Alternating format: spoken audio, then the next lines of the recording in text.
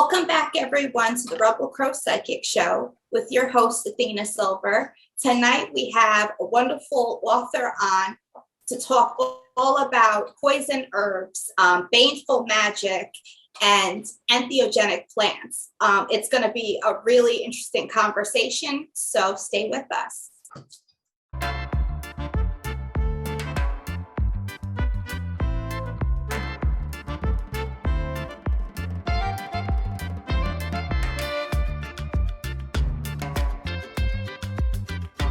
Welcome back, everyone. Let's get started. I have to tell you all about my new favorite artist, my new favorite herbalist, and my new favorite online apothecary owner. We're having Coby Michael on tonight. He wrote The Poison Path Herbal, all about entheogenic plants, baneful herbs, all different nightshades, and all of the plants we were told not to touch. He gave us so much information, science, history, mythology, all wrapped up in one really easy to read manual. So join us, everyone, with welcoming Coby. How are you? Welcome on our show. Hi, Athena. Awesome. Thank you. Thank you for having me. Yeah, anytime. So tell us a little bit about yourself. How do you define yourself within the craft and within, the various communities? Yeah, definitely. So I identify as a practicing witch. I also use the terms occultist and entheogenic herbalist just to kind of distinguish a little bit more specifically what I do. But I'm definitely a magical practitioner. I've been practicing one form of witchcraft or magic since my early teenage years. So, 20 plus years or so now that I've been kind of immersed in this magical world, magical practice. So throughout reading the book, the first thing that came to mind was how much heart you put into this. I could tell that this was very close to your heart and your practice. It really came across from a witch's perspective. I saw your practice laid out beautifully. It was a real honor to see you from that perspective. That's really good to hear. It was a lot of information, and I almost, looking back on it, wondered if I went a little bit overboard, because there are so many. It definitely shows that it's a passion of yours. Especially when you were talking about the nightshades, that's when I could really see you. I could see that's where your head is. The bulk of the book talked so beautifully about approaching that type of magic without fear. And I felt that was a really important lesson. I was very glad to see it included in the book. Yeah, definitely. Just like everything else, in moderation, a little bit of fear is good to have, but not so much that it causes us to kind of have blinders on and not see a lot of the other things that are out there. Well, you definitely open up my perspective. I've always been a gardener pretty much my whole life, and did a deep dive on healing herbs specifically, and always was intrigued by the poison path, but never felt a strong calling to it until I read your book. That's what the whole time I was going ooh, I could put that in a pot over here, that would work. So it was fun to read. But I want to ask you, how did you find yourself on the poison path? What was your journey?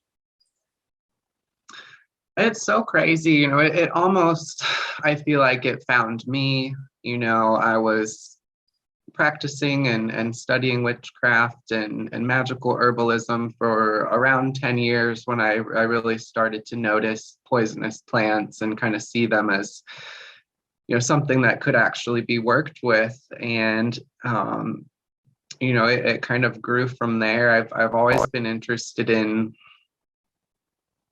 ideas of poisoning and intoxication, and it just has like a very like mysterious occult sort of air around it, so I think it was always something that I sort of gravitated to a little bit even before I really realized it.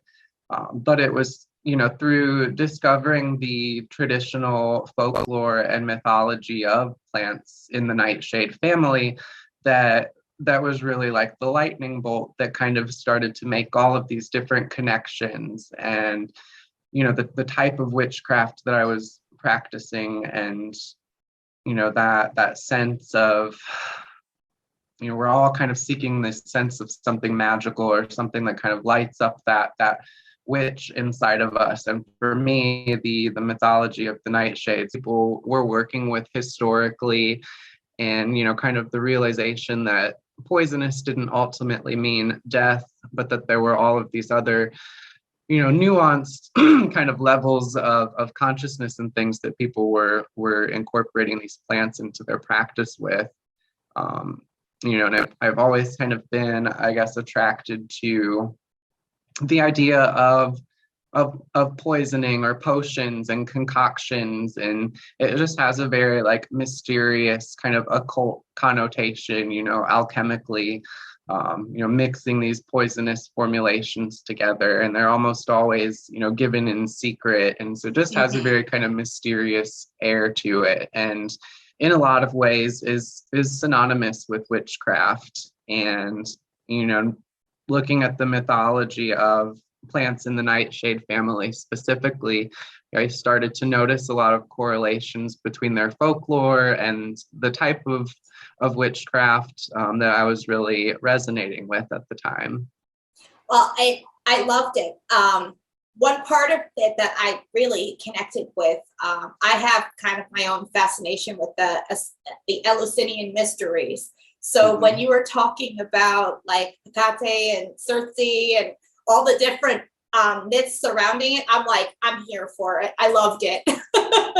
But it goes around that same vein of, like between two worlds and being able to like step past the veil and back and forth and have like a spirituality created from it. It's really interesting the different ways that historically we've been able to use plants and make medicine and magic and find peace and answers.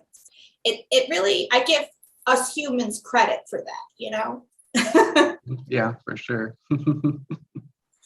So was there one plant that really called to you from this path, or it was like just, nightshades as a whole, or if you could speak more about that?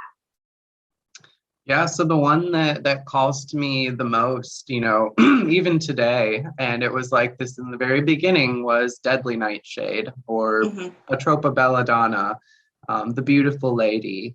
And it is kind of an analog for the poison path in general, and it really perfectly demonstrates the connection between the poison path and traditional witchcraft, just in the themes of sex, death, necromancy, all of these different ideas of liminality and sacred sexuality and seduction, but then also having like this darker, more sinister side, being associated with all of the different deities of witchcraft, and even connected to the fates. It was just all sort of wrapped up in the mythology and folklore of belladonna. And so, today even it's still my main plant spirit ally.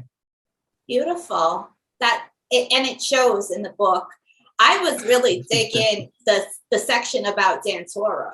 I've been fascinated with her for a long time, but never had the opportunity yet to partake. So it was cool reading about how you could work with it in different ways, that it's not just, the horrible side effects that you hear about, that it's much more than just that. Yeah, absolutely. There's so many different levels of consciousness and, different techniques and modalities that you can use to incorporate these plants into your practice, that it's not always about having this very intense, intoxicating experience by ingesting poisonous plants, but connecting with that energy that makes them, other and gives them that quality of otherness is really what we're tapping into. Absolutely. So what do you mostly grow in your garden? What are you excited to get back to growing this spring season? Oh gosh. I live in an apartment, and I have for the past couple of years. I haven't been lucky enough to have a yard in a while. And when I did, I would grow all kinds of things outdoors. And that's really my preferred method of growing the baneful herbs, is outdoors. But I am in Florida now, so we've got a whole different zone that I'm in, and dealing with all of these different environmental differences. I don't want to keep talking about belladonna, so I won't talk about her, but we know I grow belladonna. my sister's down in Florida, and I noticed cactus do really well down there. Just thinking about it. If you were looking for the fun kind of medicine, there's all sorts of, especially like San Pedro does really well down there, like especially towards like the Atlantic coastal side. My sister has like all sorts of different cactus all in that area because she's right up on the beach. But they've got some fun plants even that grow natively. So it's, it's worth something to look into. Yeah, that's kind of how it's been. It's almost been a little bit of a journey of, okay, you've worked with the plants of Northern Europe for so long, and the Mediterranean, and now you're in this, subtropical zone, and there are all of these different poison plant allies around, and different invasive plant medicines and cactus and all of that. So it's kind of exploring this new bioregion and getting to know some different plant spirits. So right now I have Brugmansia growing, the angel's trumpet, and then a new one that I'm really, really excited about, which is called Malevolence. Ooh. Yeah. That sounds terrifying, but wonderful. I study folk healing, like curanderismo. And so I've gotten really acquainted over the past couple of years with like North American and South American and Caribbean plants that are like native from this side, because there's so much magic that people don't realize that's right around them in the United States. So many indigenous plants that, if you know how to use them, can open up all sorts of windows and doors. Yeah, absolutely. There's all kinds of, native plant lore here in the Americas, and a lot of the ethnobotanical knowledge that we do have, comes from the indigenous peoples of South and Central America, Native Americans, and well, and people don't realize that the fungi are part of that, like the fungi alone in North America is outrageous. The amount of things that are, entheogenic and even just slightly, psychoactive and energy active, like you could literally go in your backyard and there's medicine there. So that's the part of plant medicine that I absolutely love. And especially with a book like this, that it talks about the darker side, because we needed a book like this in the community, and this is just my personal take, but I've seen a lot of love and light, let's talk about healing, let's talk about, love and trauma healing and all of that. But there's times in that conversation where I'm like, well, let's talk about the underside of that, So it was really great that your book broke it down in so many like bite-sized ways. I really like the way that you did your apothecary sections in the back, and how you made it like tangible and understandable how to like make the ointments and the salves and the oils and things like that. And, there's a lot of books nowadays that leave that out, and it's unfortunate.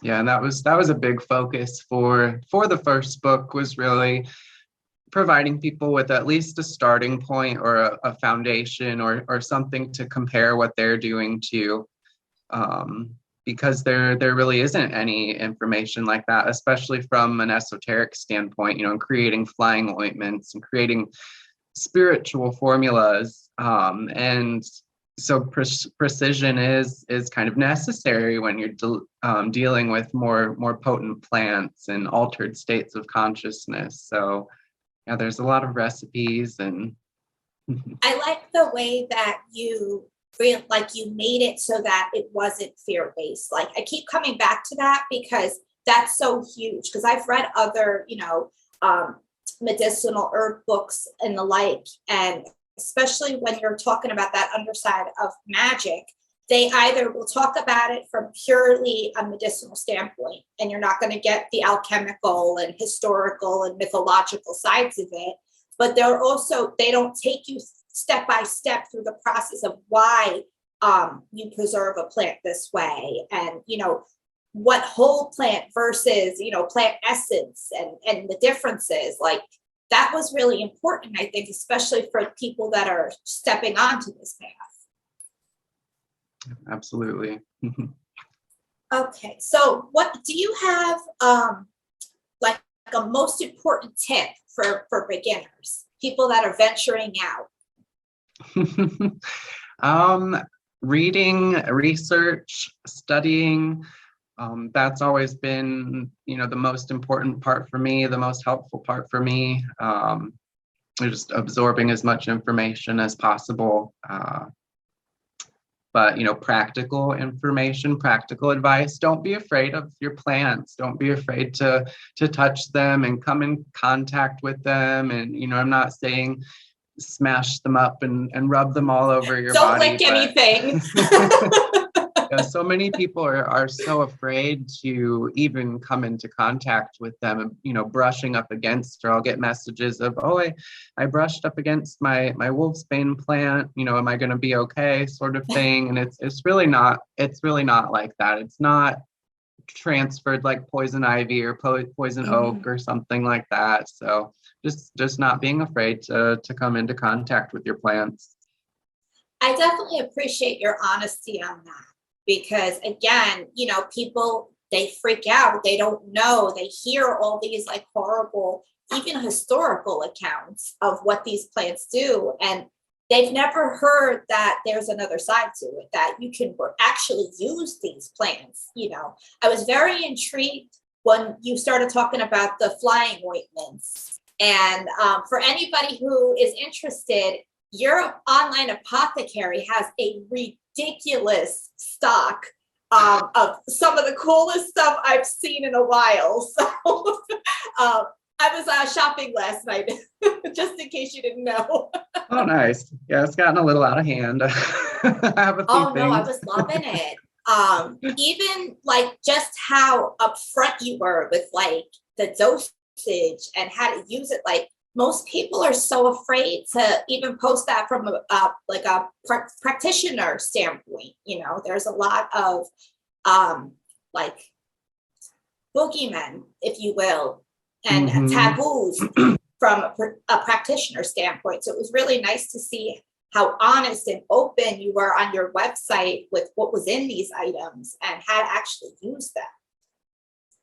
Yeah, you have to be. I really think that you have to be, especially when it comes to plants like this, and being transparent about the ingredients and transparent about the formulation and how much to use. That way, people aren't just shooting in the dark. Providing that educational information, because the whole purpose for the products is to give people an idea of what to expect when working with esoteric formulas.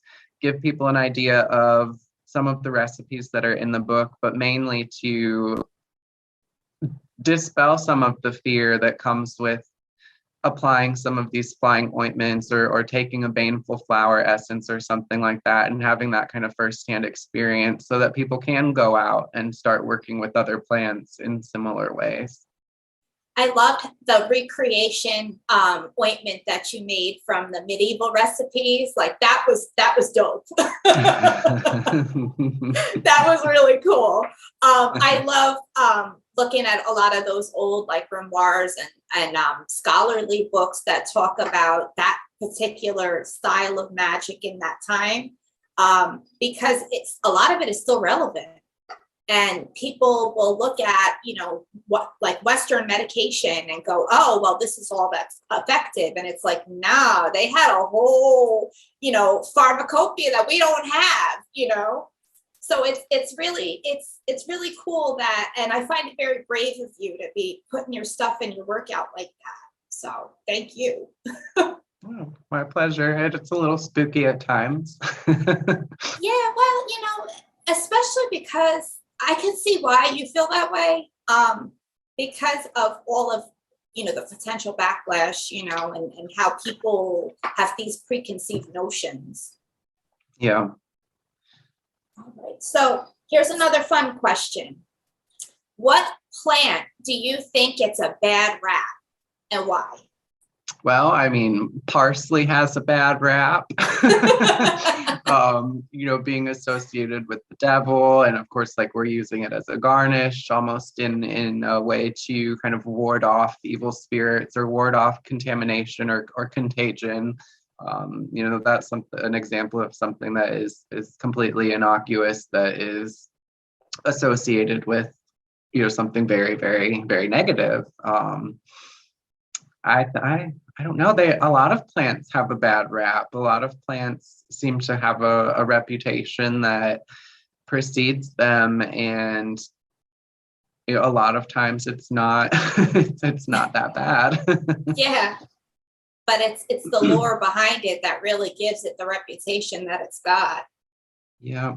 There's a lot of fear around natural medicine today, and just a lot of, I think, fear-based ideas about a lot of things, not even just poisonous plants, but herbal medicine in general. Absolutely. I agree with you there. So I want to ask, what is your current take on the entheogenic revolution? All these people are getting in touch with themselves and finding their inner psychonaut. What is your take on it? Do you see it as a positive thing? Do you see it as a negative thing? Do you see it as something kind of a bit of both? I think it will be a little bit of both. On the positive side, we as a society are growing and evolving, and consciousness is changing, and it's something that we see every single day. And I think that working with entheogenic plant medicine and retrieving some of this traditional knowledge and getting back to a more land-centered shamanic practice is going to have a very kind of wide-reaching effect on society as a whole. I think it's going to help us cope with a lot of the changes that are going to be coming in the next few years. Because we're definitely not out of the woods with that. But I do think, like with any revolution or renaissance or fad or whatever you want to call it, when a lot of people seem to gravitate towards a thing, there are those on the periphery that are watching, and they notice that, and that's when you start to get these gurus or setting up shop doing ayahuasca ceremonies all over the United States and whatnot, and people that see the potential to make money. The so disrespect I think that comes out. Yeah.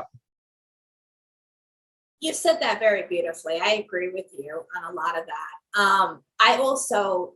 I worry about how Western medicine, how they're going to take this revolution and this renaissance and turn it for profit, as they've done so many other things over, the at least the last 100 years, And I'm sure that's what would happen. And I think, there will always be an element of this kind of being an underworld sort of a thing, something that's kind of done under the radar, even if everything is legalized all over the world and we don't have to worry about it anymore. They're going to capitalize on it. They're, going to try and regulate it to benefit them. So there are always going to be those that try and kind of,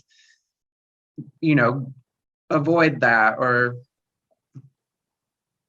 undermine it. Well, you look and see, for instance, what was done to Maria Sabina with, her mushrooms and how it was used against her. Mm-hmm. And, and the medicine turned on her, unfortunately, I just hope that doesn't happen to the spirits in these plants, that they don't get harmed through this renaissance. Because a lot of us still don't look at plants as our relations and our relatives, like a lot of indigenous people do. So I think a return to that would be very important throughout this journey through using medicine and finding, that otherworldly medicine that we all seem to need right now.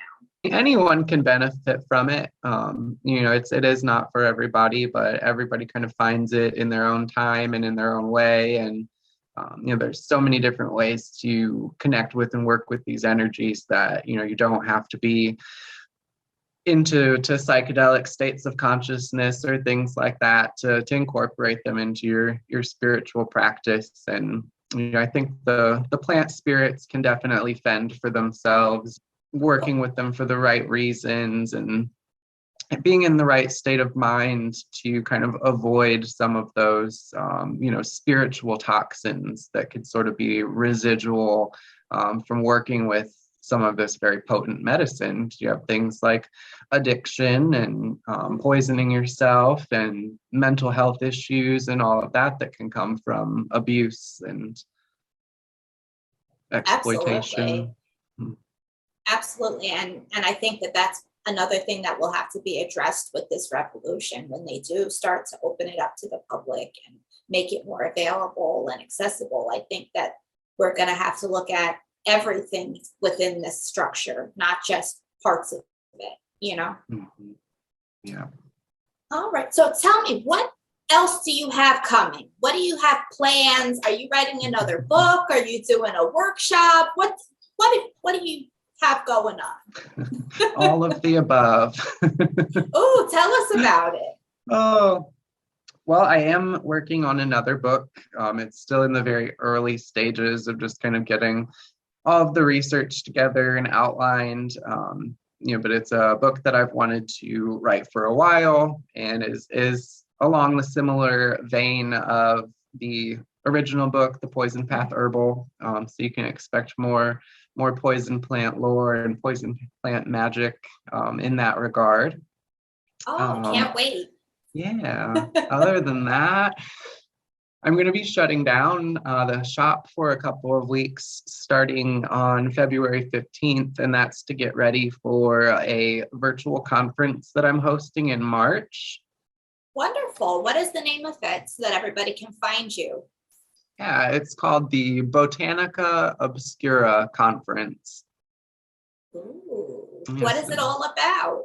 It's all about strange and unusual plants, poisonous plants, ethnobotanicals, any kind of plant that is unusual, has a certain kind of message or lesson to share with us. And so it's just kind of celebrating all of those kind of ostracized botanical allies. And it is a weekend-long event with different presenters throughout each day, other entheogenic herbalists, psychonauts, magical practitioners, speaking on a number of different plant-related topics.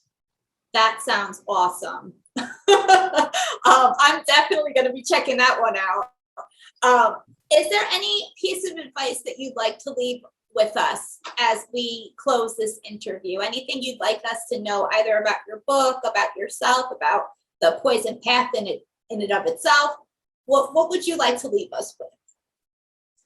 Oh gosh, well, just that I appreciate the space that everyone holds for me, and I appreciate the platform and just the shared interest and passion, and just kind of lifting me up to do what I'm doing and be able to do the things that I'm super passionate about. So I'm very lucky in that regard, and very thankful, and always here to help if anybody has any questions or needs anything. I try and be super accessible, because this is very important and personal to me and to the other people as well. So absolutely. Well, let us know when your next book comes out. I'd love to have you back on to talk all about it, because I know my viewers love anything to talk about plants. So, especially with such an interesting book like this. Can you let us know how we can keep in touch with you and find you on social media? Do you have any links that you'd like to share with us? Yeah, so I'm all over social media. If you look up Poisoner's Apothecary, you will find me. I try and keep all of my announcements and things updated on the website too, which is also thepoisonersapothecary.com. And it's an awesome website, guys. If you get a chance to look at it, it has a lot of really cool stuff on there. I nearly went broke last night. Thank you so much for coming on Rebel Pro. I really appreciate your time and your wisdom. For all of you who are interested, it's the Poison Cat Herbal by Coby Michael.